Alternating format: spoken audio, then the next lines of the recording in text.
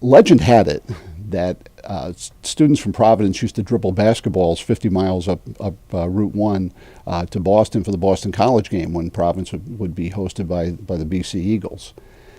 And we thought we could do that one better.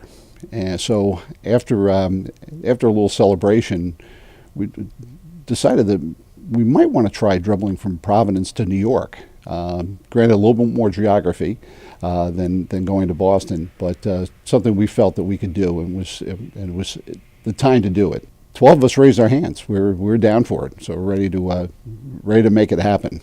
So that prompted a series of events which were really woven into Divine Providence, pure and simple. The next day, Joe Bonaventure and myself, who were also co-managers of the 21 Club, had a contact with an alum, a fellow named Joe Hanley from the class of '51, who was our point of contact for our beverage supply at the 21 Club at the time. He was worked for the Narragansett Brewing Company, which was owned by Falstaff.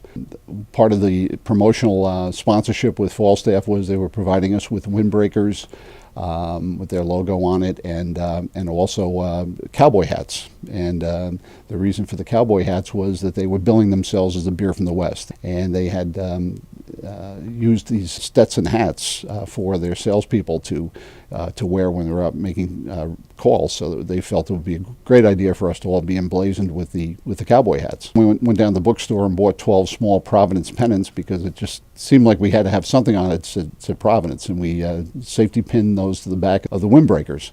So that became our uniform. Sure enough, our caravan turned into 2 Winnebagos and the dune buggy, and we had about 4 support people driving the Winnebagos and driving the dune buggy and chaperoning us.